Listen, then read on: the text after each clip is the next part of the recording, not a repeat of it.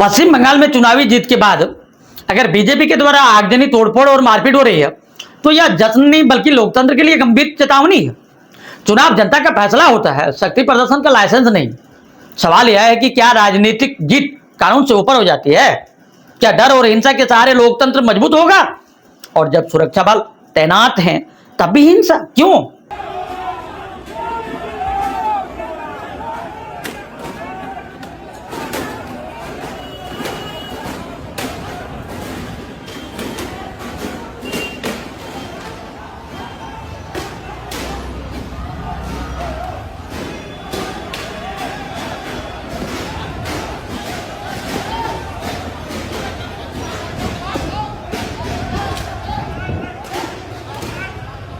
दोस्तों, चुनावी माहौल में हम अक्सर जश्न देखते हैं, लेकिन जब राजनीति बच्चों के हाथ में नारे और समाज में दूरी देने लगे तब कुछ सवाल पूछना जरूरी हो जाता है।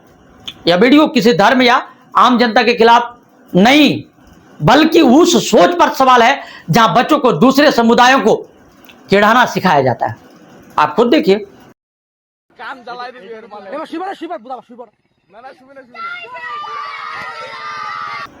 क्या छोटे बच्चों को राजनीतिक और धार्मिक नारों के जरिए दूसरे समुदाय को चिढ़ाना सिखाना सही है? क्या चुनावी जीत का जश्न किसी नागरिक को असहज महसूस कराने के लिए होना चाहिए? बच्चों को नफरत की राजनीति सिखाने का असर भविष्य के समाज पर क्या पड़ेगा? क्या धार्मिक नारे आस्था के लिए हैं या किसी समुदाय को डराने और उकसाने के लिए इस्तेमाल होने चाहिए? अगर सड़क पर आम लोग अपने कपड़ों या पहचान की वजह से निशाना महसूस करें तो क्या यह सामाजिक सौहार्द के लिए खतरा नहीं है? बच्चों के मन में बचपन से हम बनाम वो की सोच भरना कितना खतरनाक हो सकता है? क्या राजनीतिक दलों और बड़ों की जिम्मेदारी नहीं बनती कि वे बच्चों को संविधान, समानता और भाईचारे की सीख दे? क्या लोकतंत्र का मतलब जीत के बाद दूसरे नागरिकों को चिढ़ाना है या सबको साथ लेकर चलना? लोकतंत्र में जीत का जश्न होना चाहिए, लेकिन अगर जश्न के नाम पर डर, तोड़फोड़ और शक्ति प्रदर्शन दिखने लगे तो कई सवाल खड़े होते हैं। पश्चिम बंगाल से सामने आए इस वीडियो को देखिए।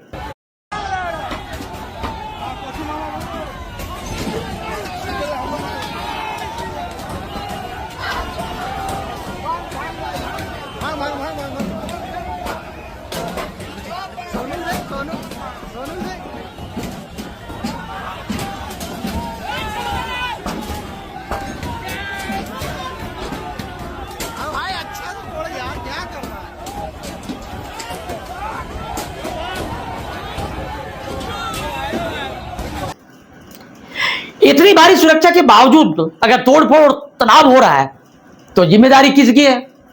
क्या चुनाव लोकतंत्र का उत्सव है या शक्ति प्रदर्शन के मैदान बनते जा रहा है? पश्चिम बंगाल के कई इलाकों में कोलकाता, हावड़ा, वाराणसी, काशीपुर, बहरमपुर, सिलीगुड़ी और जमुड़िया से राजनीतिक हिंसा, तोड़फोड़ और आगजनी की घटनाओं की वीडियो सामने आ रहे हैं।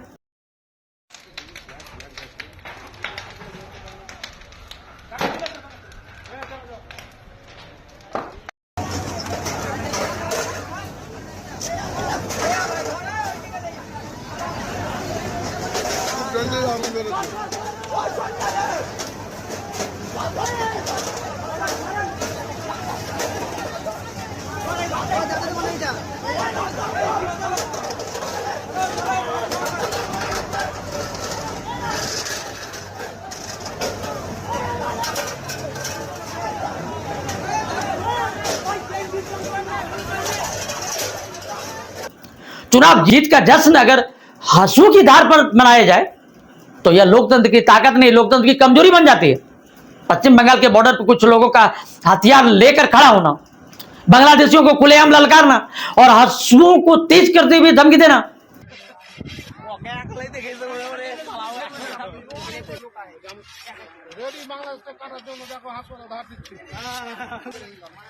পারবি তো?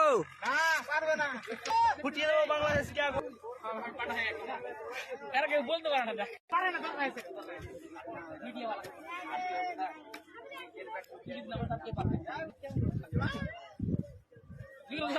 क्या यह राष्ट्रभक्ति है? सीमा की रक्षा बीएसएफ और सेना का काम है, किसी राजनीतिक दल के समर्थकों का नहीं। अगर हर पार्टी के लोग जीत के बाद हथियार लेकर सड़कों और सीमाओं पर उतरने लगे तो कानून और संविधान का क्या मतलब रह जाएगा? देशभक्ति के नाम पर डर और नफरत फैलाना भारत जैसे संवैधानिक और लोकतांत्रिक देश की पहचान नहीं हो सकती।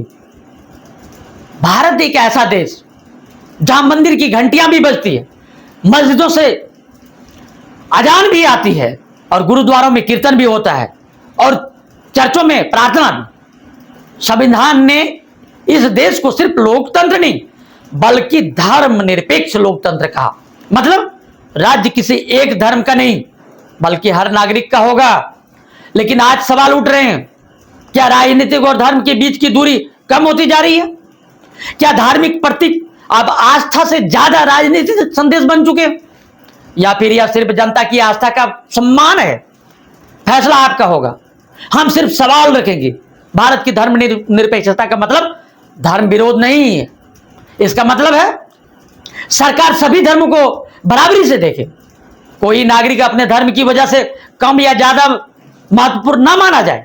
अनुच्छेद 25 हर नागरिक को धार्मिक स्वतंत्रता देता है, यानी कोई भी पूजा कर सकता है, मंदिर जा सकता है, रोजा रख सकता है या किसी धर्म को मान सकता है। लेकिन संविधान यह भी उम्मीद रखता है कि सत्ता किसी एक धार्मिक पहचान का चेहरा न बन जाए। पिछले कुछ वर्षों में राजनीति में धार्मिक प्रतीकों का इस्तेमाल बहुत बड़ा दिखाई देता है।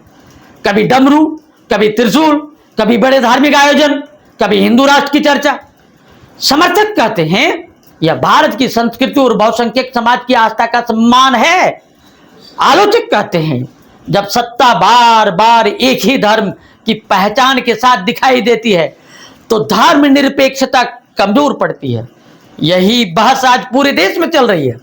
आज मीडिया और सोशल मीडिया राजनीति की सबसे बड़ी ताकत बन चुके हैं।